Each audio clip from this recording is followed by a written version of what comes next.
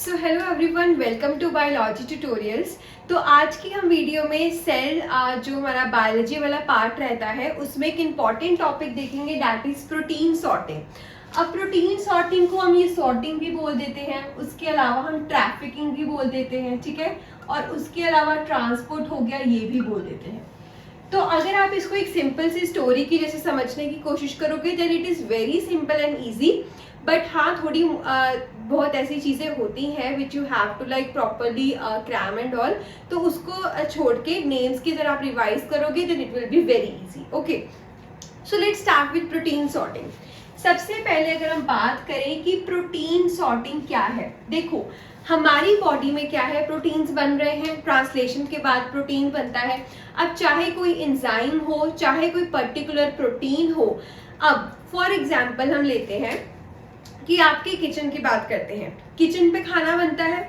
अब सपोज आपकी मम्मी को याद आया कि पिछले महीने मुझे सरिता आंटी ने चावल भेजे थे तो मैंने उसको खिचड़ी देनी है, तो एक खिचड़ी वो लेकर जाएंगी सरिता आंटी के पास, ठीक है। दूसरी खिचड़ी खिलाई जाएगी अपने बेटे को, ठीक है, फिर उसके बाद अंकल को खिलाई जाएगी, पापा को, दादू पापा को, ग्रैंड मदर, ग्रैंड फादर, ठीक है। तो इसका मतलब कि जो चीज आपकी रसोई में बनी वो कहीं और जाके फंक्शनल कर रही है। वैसे ही क्या होता है कि आपकी बॉडी में प्रोटीन्स किसी और जगह पे बन रहे हैं, लेकिन उनको हमने अपनी सही जगह पे भेजना है जहाँ पे वो जाके अपना काम करते हैं। फॉर एग्जाम्पल कि कुछ प्रोटीन्स जो है वो लाइसोसोम के आए हैं जी हमारे पास, उस जगह पे उस फैक्ट्री में कुछ प्रोटीन्स जो है वो गोल्जी के हैं, कुछ प्रोटीन्स प्लाज्मा मेम्ब्रेन के हैं। प्रोटीन्स तो सारी बॉडी में ही है, तो इन प्रोटीन्स को अपनी जगह पे पहुंचाने के लिए जो हम प्रोसेस यूज करते हैं उसको हम बोलते हैं प्रोटीन सॉर्टिंग, ठीक है। अब इससे अगर हम स्टार्ट करें तो सबसे पहले हम करते हैं कि जो प्रोटीन है वो कितनी तरह का होता है। जो प्रोटीन है वो ये हमारा दो तरह का हो सकता है। एक हमारे पास होता है वाटर सॉल्युबल, ठीक है, और एक हमारे पास वाटर सॉल्युबल कैटेगरी की होती है, और दूसरी हमारी लिपोफिलिक ले लो या फिर बोल दो मेम्ब्रेन प्रोटीन, ठीक है। तो एक हमारे पास होता है वाटर सॉल्युबल और एक होता है membrane protein.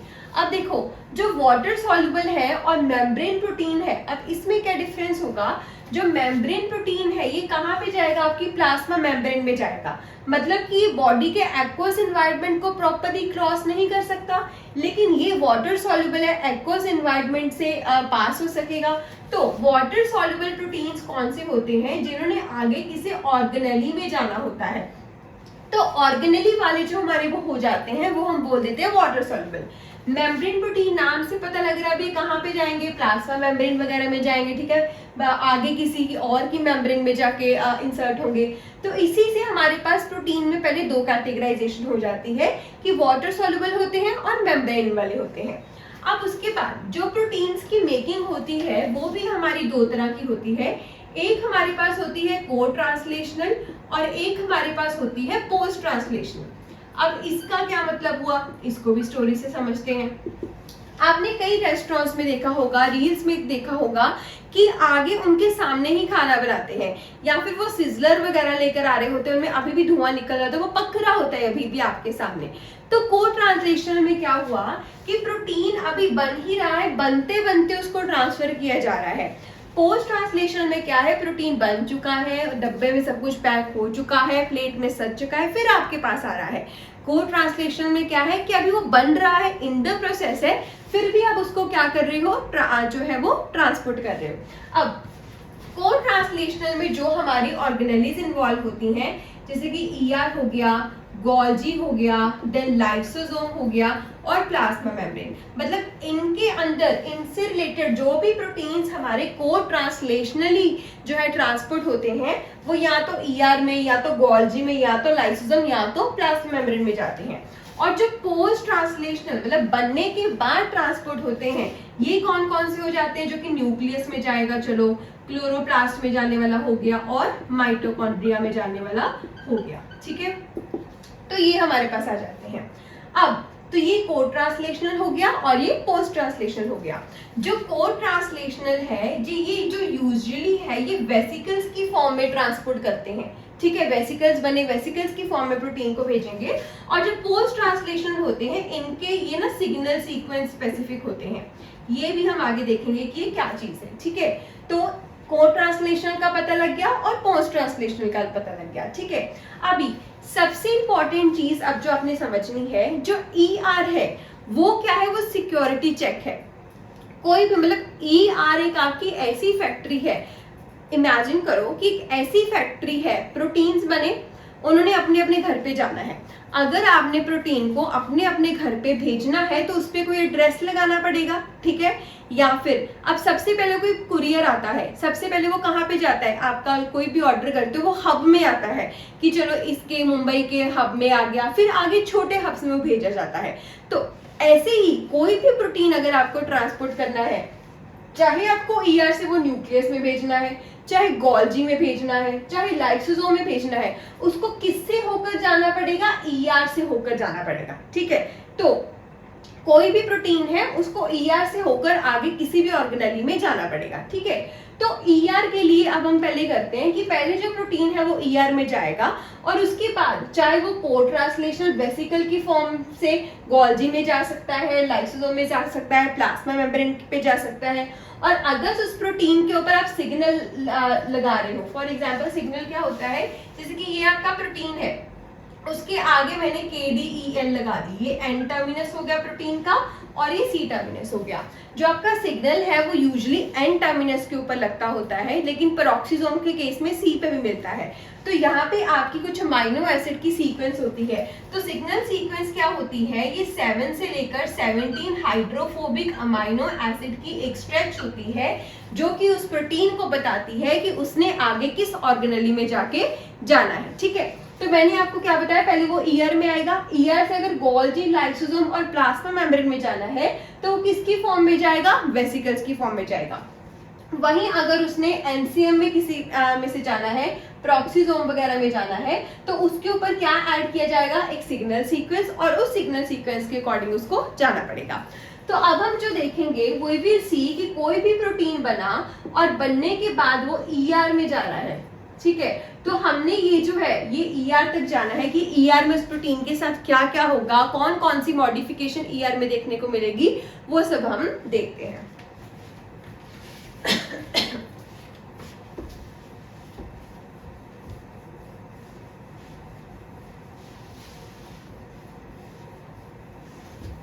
Okay, so let's start. तो सपोज यहाँ पे सबसे पहले हम बना लेते हैं हमारी मेम्ब्रेन।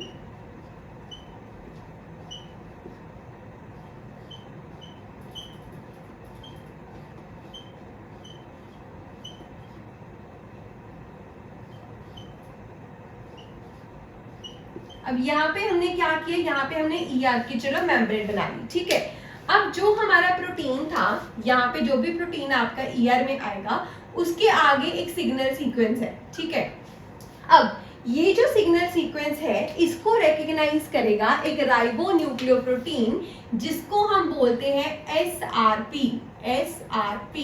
तो ये जो सिग्नल सीक्वेंस है, this signal sequence is recognized by SRP is small ribonucleoprotein। ये हमारा जो है ये राइबोन्यूक्लियोप्रोटीन होता है। ठीक है, इसमें अप्रोक्सीमेटली 6 डिफरेंट पॉलीपेप्टाइड चेन्स पाई जाती हैं।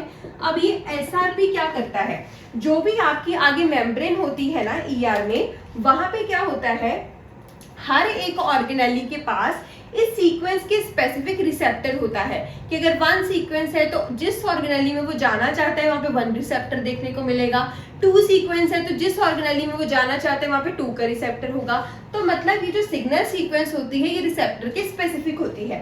तो ये जो हमारी सीक्वेंस है, ये जो हमारी मेम्ब्रेन है, इसके अंदर SRP का रिसेप्टर भी होगा और इसी के अंदर उस सिग्नल सीक्वेंस के स्पेसिफिक, ठीक है, हमारा एरिया भी होगा। अब क्या हुआ कि ये जो SRP है ये आएगा और ये जो आपका बन रहा है ना प्रोटीन, ये को ट्रांसलेशनली बन रहा है, तो इसके साथ यहाँ पे आपके राइबोसोम्स अटैच्ड है। These are ribosomes attached here. ठीक है, तो ये जो SRP है ये 3 चीजों के साथ इंटरेक्ट करता है। एक तो ये आपकी सिग्नल सीक्वेंस के साथ बाइंड करता है, पहली चीज। दूसरी चीजें किसके साथ इंटरेक्ट करता है, ये राइबोसोम के साथ भी इंटरेक्ट करता है। और जब ये इंसर्ट करने अपने आप को ईआर के अंदर भेजने के लिए जाता है प्रोटीन को, और वहां पे जाके ये एसआरपी रिसेप्टर के साथ भी क्या करता है, इंटरेक्ट करता है। मतलब कि 3 जगह पे इंटरेक्ट कर रहा है, ईआर मेम्ब्रेन में एसआरपी रिसेप्टर के साथ, राइबोसोम के साथ और सिग्नल सीक्वेंस के साथ। ठीक है, अब क्या होगा कि यहाँ पे चलो एसआरपी आ जाएगा, तो एसआरपी यहाँ पे बाइंड कर गया, फिर उसके बाद वो अपना यहाँ पे रिसेप्टर के साथ बाइंड करेगा एसआरपी।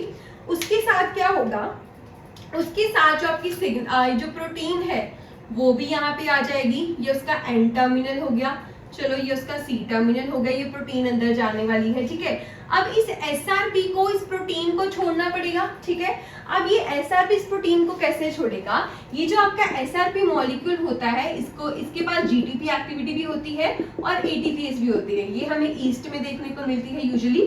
तो जीटीपी एक्टिविटी से क्या होगा कि जब इसकी जीटीपी की हाइड्रोलाइसिस होकर जीडीपी हो जाएगी, तो ये जो एसआरपी है ये इस प्रोटीन को क्या कर देगा, रिलीज कर देगा। तो मतलब अब इसने इस प्रोटीन को छोड़ दिया। कैसे छोड़ा, जब इसका जो जीटीपी था वो जीडीपी में क्या हुआ, हाइड्रोलाइज हुआ। ठीक है, अब उसके बाद यहाँ पे एक चैनल होता है। ठीक है, यहाँ पे एक चैनल होता है जिसको हम क्या बोलते हैं, जिसके थ्रू ये प्रोटीन अंदर जाता है, इसको बोलते हैं सेक61 ट्रांसलोकोन। ये ट्राइमर की फॉर्म में होता है। ठीक है, अब इसके थ्रू क्या होता है कि ये जो आपका प्रोटीन है ये क्या करता है, इंसर्ट होता है और अंदर आता है। अब जब आपका प्रोटीन अंदर आ जाता है, देखो सबसे पहला स्टेप क्या हुआ, सबसे पहले signal sequence is recognized by SRP. ठीक है, उसके बाद सेकंड पॉइंट क्या बनेगा, ये वाला कि आपका एसआरपी किस किस के साथ इंटरैक्ट करता है। ठीक है, फिर थर्ड पॉइंट क्या करेगा, एसआरपी ने जब एसआरपी रिसेप्टर के साथ इंटरैक्ट किया तो क्या हो रही है, वहां पे उसकी जीटीपीएस एक्टिविटी हो रही है, जिसकी वजह से क्या हो रहा है, प्रोटीन रिलीज हो रहा है। जब प्रोटीन रिलीज हो जाएगा वो ट्रांसलोकोन चैनल के थ्रू, ट्रांसलोकोन सेक61 का चैनल होता है, इसके थ्रू वो इनसाइड चला जाएगा। जब वो एक बार इनसाइड आ गया तो जो भी इसकी सिग्नल सीक्वेंस होती है इसको कट कर दिया जाता है, क्योंकि अब तो वो ईआर के अंदर आ ही गया। तो उसके बाद क्या होगा, पेप्टाइडेज आएंगे और उसकी सिग्नल सीक्वेंस को क्या कर देंगे, क्लीव कर देंगे। ठीक है, अब उसके अलावा एक और चीज जो है हमारी, तो ये हमारा हुआ कि कैसे हमारा प्रोटीन अंदर आ गया। ठीक है, अब ये जो सारा है ये कहाँ पे चल रहा है, ये आरईआर के ऊपर होता है, क्योंकि आरईआर के ऊपर ही आपकी जो है वो बनते हैं, क्योंकि उसके ऊपर ही आपके राइबोसोम्स होते हैं। ठीक है, तो ये हमारा सारा हो गया, प्रोटीन अंदर आ गया, उसके बाद उसकी सिग्नल सीक्वेंस को क्लीव कर दिया गया। अब हम देखेंगे कि जो हमारा एंडोप्लाज्मिक रेटिकुलम है वो क्या क्या करता है। ठीक है, अब देखो एंडोप्लाज्मिक रेटिकुलम भी हमारे पास 2 तरह का होता है। ठीक है, एक हमारे पास होता है आरईआर और एक हमारा होता है एसईआर। इन दोनों में से जो आरईआर होता है वो इन्वॉल्व होता है प्रोटीन सॉर्टिंग में, ट्रांसलोकेशन में, सिंथेसिस में, ठीक है, फोल्डिंग में। वहीं जो आपका एसईआर होता है वो डिटॉक्सिफिकेशन में, कोलेस्ट्रॉल सिंथेसिस में, ऐसे वगैरह कामों में इन्वॉल्व होता है। ठीक है, अब जो भी प्रोटीन हमारा ईआर में आता है, तो एक तो उसका काम होता है कि वहां पे उसको प्रॉपर फोल्डिंग करवानी, कि उसकी प्रॉपर फोल्डिंग हो जाए, क्योंकि फोल्डिंग इंपॉर्टेंट होती है किसी भी प्रोटीन के लिए अगर उसने फंक्शनल बनना है। प्रॉपर फोल्डिंग होगी तभी वो फंक्शनल होगा, नहीं वो फंक्शनल नहीं होगा। सेकंड काम जो ईआर में होता है वो होता है डाइसल्फाइड बॉन्ड का फॉर्मेशन, जो हमारी सेकंड कैटेगरी है।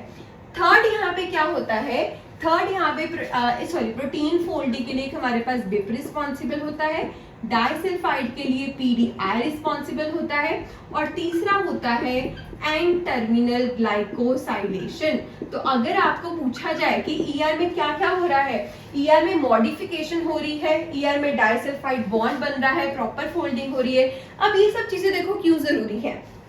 जो आपका प्रोटीन ईआर में आया है, मैंने क्या बोला, सबसे पहले प्रोटीन को किस में लेकर जाना है, जो आपका मेन हब है। इस हब से आगे वो कहीं पे भी जा सकता है, इस हब से वो आगे कहीं पे भी जा सकता है। अब यहाँ पे भेजने के लिए उसके ऊपर कुछ मॉडिफिकेशंस करनी पड़ती हैं। इन्हीं मॉडिफिकेशंस की कब तब जरूरत पड़ती है, ठीक है। तो सबसे पहले प्रोटीन फोल्डिंग के लिए हमारे पास एक चैपेरोन होता है, विप चैपेरोन होता है, जो कि हमारा ईआर में प्रेजेंट होता है, प्रॉपर फोल्डिंग करवाता है। फिर PDI is disulphide isomerase, protein disulphide isomerase, जिसके पास 2 सिस्टीन रेसिड्यूज होते हैं और ये क्या करवाता है, डाइसल्फाइड बॉन्ड की फॉर्मेशन करवाता है। फोल्डिंग करवानी है तो बॉन्ड्स तो बनेंगे, तो डाइसल्फाइड बॉन्ड्स बनाता है। थर्ड, एन टर्मिनल ग्लाइकोसाइलेशन, तो ये क्या करता है, एस्पाराजीन रेसिड्यूज ऑफ प्रोटीन्स के ऊपर क्या करता है, एन टर्मिनल ग्लाइकोसाइलेशन, मतलब एक 14 जो हमारे शुगर्स के मोनोमर्स होते हैं ना, वो ऐड किए जाते हैं हमारे प्रोटीन के ऊपर, जो कि नेसेसरी होता है कि कल को वो किसी भी ऑर्गेनेली में जा रहा है, सपोज लाइसोसोम में जा रहा है, तो वहां पे जरूरी होता है उसके ऊपर प्रेजेंट होना ऑफ मैनो 6 फॉस्फेट। जो प्रोटीन ने कल लाइसोसोम में जाना है उसके ऊपर एक शुगर अटैच होती है, तो ये ग्लाइकोसाइलेशंस इंपॉर्टेंट होती हैं। तो इस वीडियो में हमने क्या कवर किया कि प्रोटीन का ईआर में टारगेटिंग कैसे हो रहा है, कैसे वो अंदर जा रहा है, कौन कौन सा ट्रांसलोकोन इन्वॉल्व है, एसआरपीज के बारे में, ये सारा कुछ हमने किया, ठीक है। तो फर्दर अगर आपको कंटिन्यू करना है, you can watch the channels and do subscribe and like the channel for more videos. Thank you everyone.